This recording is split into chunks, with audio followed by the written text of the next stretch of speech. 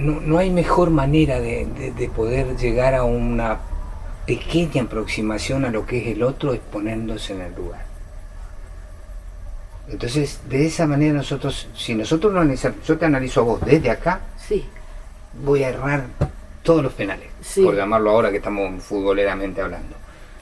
Si yo me pongo desde tu objetivo, me trato de meterme, voy a llegar a una proximidad, o por lo menos, ¿no? Entonces, cuando hablamos de eso es muy sencillo.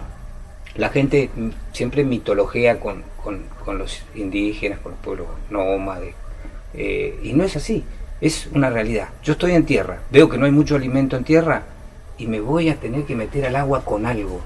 Lo que voy a hacer inteligentemente como humano, los 4 pueblos de Tierra del Fuego ingresan cuando la isla, 9.500 años atrás, el estrecho que alguien le regaló a Magallanes.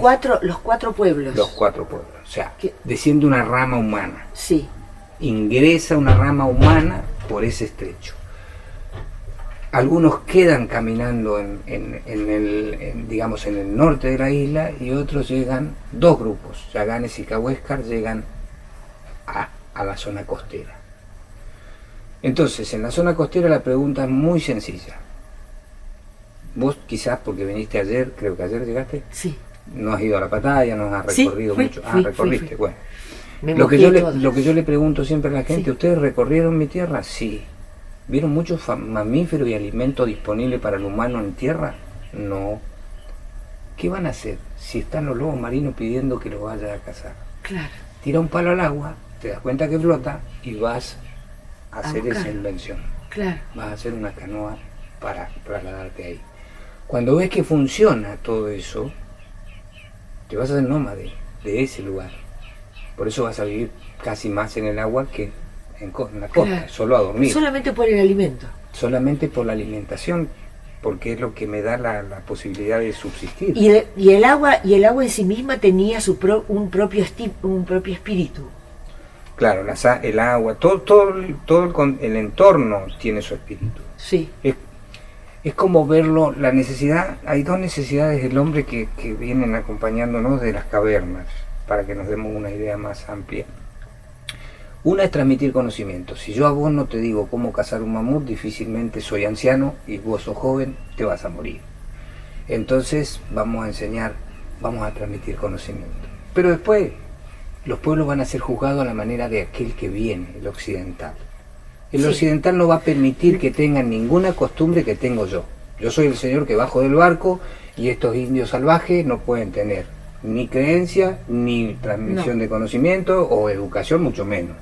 Entonces lo vamos a llamar ceremonia. Todo lo que tengan los pueblos van a ser ceremonia. Si lloran a su muerto, que vendría a ser hoy un velorio, se va a llamar ceremonia de luto. Si enseñan, se va a llamar ceremonia de iniciación, paso a la adultez, como vos la quieras llamar, pero hasta ahí. Y si tiene creencia religiosa, se va a llamar ceremonia espiritual. Porque no puede tener el mismo contenido que yo si soy superior.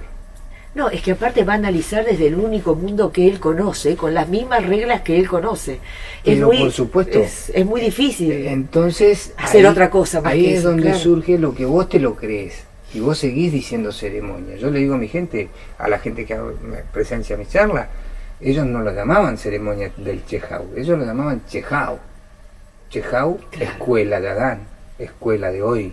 Había una sola materia, aprender a vivir en la forma que tenía que vivir, en el lugar que le tocaba, solo de lo que disponía la naturaleza. Claro.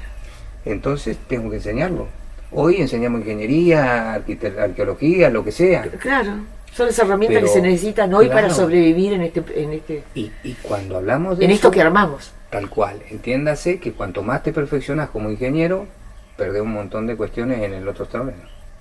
Claro, porque uno le quita tiempo a unas cosas y le te da... dedicas cuanto más exclusivamente, peor en otras cosas. Claro, Antes no, era naturaleza, una sola materia y tenés que ser perfecto. En eso. Por eso vas a funcionar. Por eso los Claro. Van a sobrevivir vos y toda tu familia. y todos los que están al lado. Y tuyo. vamos a sostener a todo el grupo, porque cuanto más individuos, mejor. Y eso es lo para que poder el hombre subsistir. tiene que recuperar ahora, Tal cual. ese espíritu. Tal cual.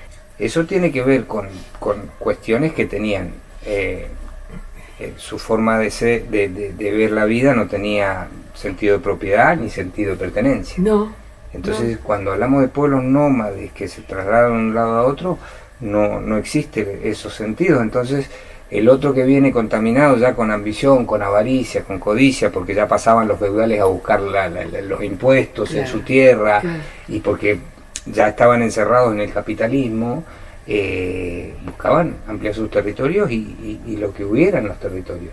¿Cómo empieza en la humanidad la gran lucha del ser humano por espacio y superficie? Con la revolución agrícola, que después en el tiempo se va potenciando con una revolución industrial que se genera curiosamente en Gran Bretaña, y después cuando vienen acá estos nómades no tienen sentido de propiedad y pasan de un lado a otro los cercos, hay que liquidarlo. Es así de sencillo, por eso los cazaban en Patagonia y Tierra del Fuego. ¿Cómo me vas a tocar lo que es mío? En el capitalismo no había lugar para el sedentarismo, para el nomadismo. Claro, no había lugar. No había lugar. Por eso Roca después hace un estereotipo en lo que respecta a la historia argentina, porque hay que conocer todo. Los profesores de historia me dicen, pero ¿y cómo se hace, Víctor? Sabiendo de todo, lo más posible, nadie se lo puede saber todo, pero lo que más podamos absorber, y siempre con el sentido de objetividad y utilizando el sentido común. Este ejemplo le doy a la gente. Si este Yagán, primero, no es una verdad absoluta lo que van a escuchar hoy. Pongan su objetividad, su sentido común y analicen. Claro. Yo lo voy a mandar a páginas de web, lo voy a mandar a títulos de diario de la época donde se repartían. Hoy reparto de indios, estos infelices se entregan de tal y tal lugar. Lo voy a mandar a zoológicos humanos donde van a encontrar ustedes distintas cuestiones, y después al llegar a su tierra natal van a analizar si este Yagán fue un gran mentiroso o fue una realidad. Pero por favor, si les digo que a las 4 de la tarde, mirá lo que les digo, me voy del museo volando a casa, no me lo crean, porque nadie puede volar. La gente se ríe, les gusta, los meto en la historia, porque también les doy ejemplos actuales. Le digo, pues si no vamos a creer que cruzamos la estratosfera y llegamos a Japón en 2 horas. Claro. Sí, eso que nos hacen como sociedad se lo hicieron a mi gente con mayor grado. Pero que te engañen de esa manera. Yo tenía 16 años y un papá que tiene 95 hoy, que vive y lo tengo conmigo, que era peronista, y que yo tenía que decirle no a la privatización, no a esto, no al otro. El comunismo es lo peor que hay. Y claro, porque el capitalismo lo creó para ir al otro extremo y decir, te van a ir a tu casa a sacarte la comida de tus hijos para repartirla, porque eso es comunismo. No, señores, por favor, aprendamos. Entonces este Yagán amplió la mirada, indagó todo lo que había que indagar, y tiene claro que el gran problema de la humanidad es la propia humanidad en la lucha, que venimos trayendo de miles de años atrás, desde que exhibían a nuestra gente en zoológicos humanos. Por eso este Yagán no se pone la vincha, porque te subestiman. El Estado y todo eso te subestima. Ese es el gran problema. Si no, vos estuviste, presenciaste la charla del mapuche con la Nata, que le hizo una entrevista una vez en el tiempo de Patagonia y los terroristas, Santiago y todo eso. No me acuerdo cómo se llamaba el muchacho, que era chileno, lo llevaron a Temuco, después preso y qué sé yo. Yo decía, me parecía increíble que la Nata le diga, pero fuiste flogger una vez. ¿Y por qué no puede serlo si es ser humano? ¿Por qué no puede? Flogger, un pibe de esos, sí, ni sé porque yo no lo fui, pero yo puedo, como Yagán, haber sido diariero. ¿Por qué no? Porque soy Yagán ahora, ¿me entendés? Las justificaciones, es decir, ver esa entrevista y decirte, dame 10 minutos en la televisión, la Nata, te doy vuelta con un panqueque. Porque no es así, ¿se entiende? Pero de repente te subestiman como indígena. Entonces yo no estoy subestimado, yo no me siento subestimado, me siento capaz de hacer cualquier cosa que hagan los demás. Y en ese sentido envalentonado, como me dijo una vez una representante de Crespial, nos dice usted tiene que empoderarse. Y es lo que tenemos que hacer, si no, vamos a vivir gritando en una ceremonia. Es decir, ustedes se tienen que empoderar y toda la civilidad se tiene que empoderar. Porque sí, está, todos a la vez. Me parece que es el lugar que por suerte sabemos que eso resulta, que cuando uno se considera a sí mismo, ¿no? Las cosas cambian.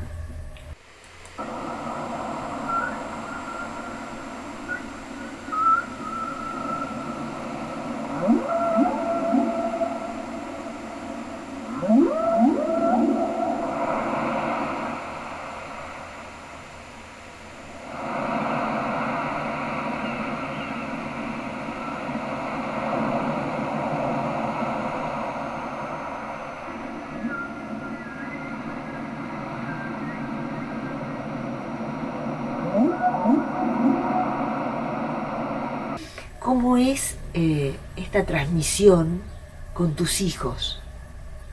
Que también van a la escuela, que también juegan al fútbol, que también se relacionan con los demás, que también se encuentran con sus pares y que viven mundos. ¿Cómo es esa transmisión de la cultura yagán?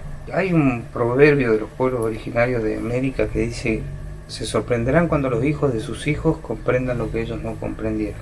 Es increíble eso. Y la generación de hoy, tercer, cuarto, quinto grado de las escuelas, que voy a todas y voy a todos los niveles, por decirte, esos niveles bajos, si se quiere, de educación, ¿no? Los primeros niveles, porque después el secundario ya te hace preguntas más complicadas, pero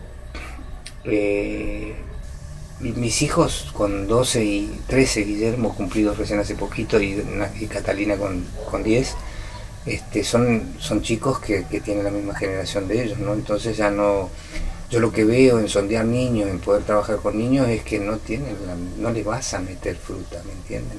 ¿Se entiende? Entonces todos están con esa realidad. En tercer grado me levantan la mano y me dicen: profe, ¿por qué los mataban si eran seres humanos? Vienen con otro chip, por llamarlo así, no el mismo nuestro que creía que cruzábamos la estratosfera, ¿se entiende? Entonces vos a un chico ahora le decís cruzar la estratosfera, te dice,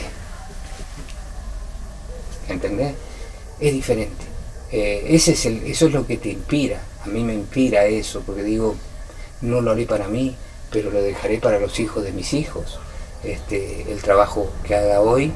Y como digo siempre, la parábola del colibrí, cuando se quemaba el bosque, el león le dice: ¿pensás que hoy con el agua de tu piquito vas a apagar el fuego? No, yo estoy haciendo mi parte.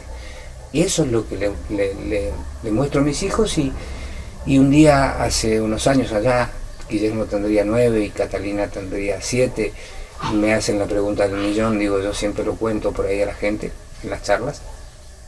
¿Cuál es la pregunta del millón? Papá, nosotros no podemos ser hijos de Adán y Eva. Entonces ahí se me vino aquel niño rebelde que venía por otro camino, ¿no? Y digo, wow, son mis hijos. Porque después te meten cualquier cuestión, ¿viste? Entonces es importante que ellos tengan su juicio de valor y que puedan hacerse una repregunta. Esa repregunta definió todo lo que son mis hijos. O sea, primero que están rodeados de esto.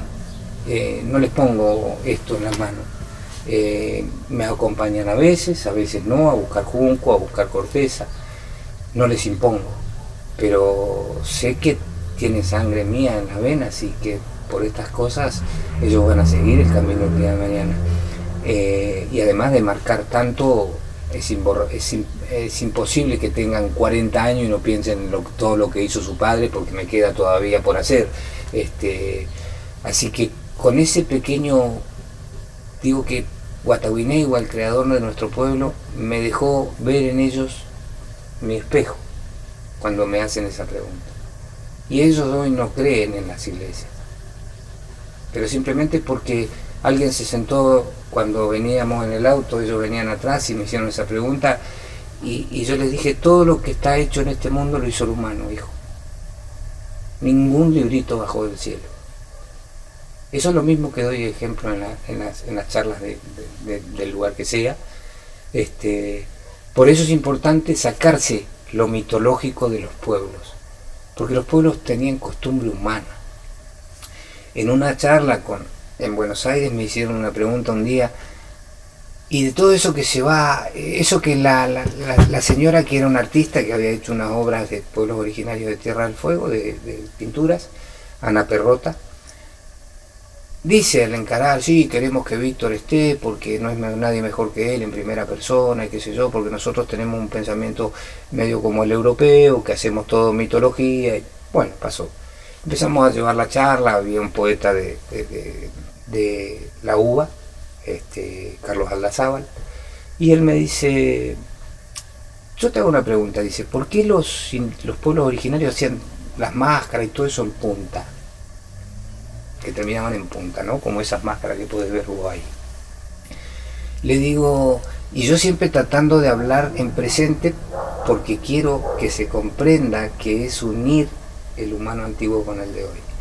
Los gorritos de cumpleaños, los duendes, los enanos, ¿no tienen todos en lo imaginario nuestro hoy, contemporáneamente, gorros en punta? Sí, dicen todos. Humanidad, señores, humanidad. Por eso hacían los gorros en punta, las máscaras.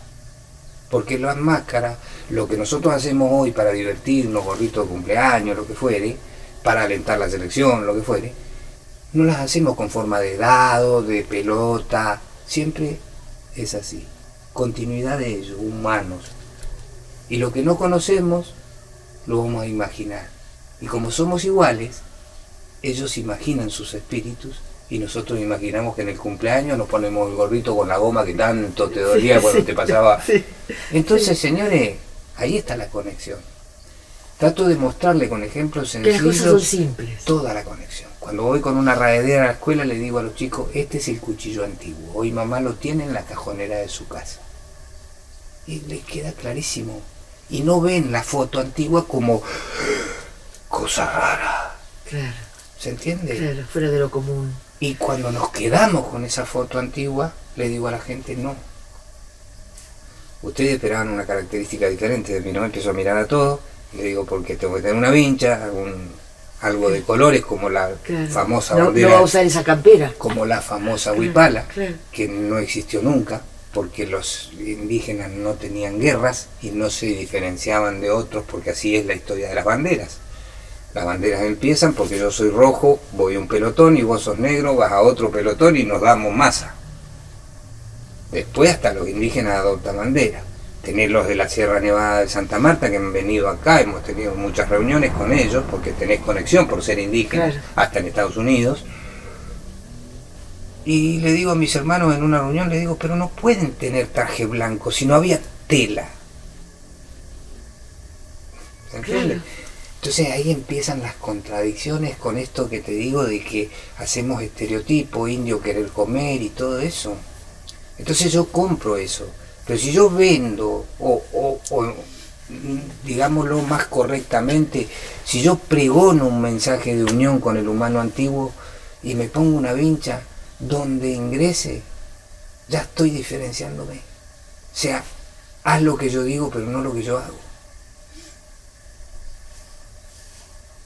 Entonces queda claro que mis hijos van a hacer lo que tengan que hacer, sin que papá los impulse a nada, pero de repente tienen zapa y Adán, sangre de Adán.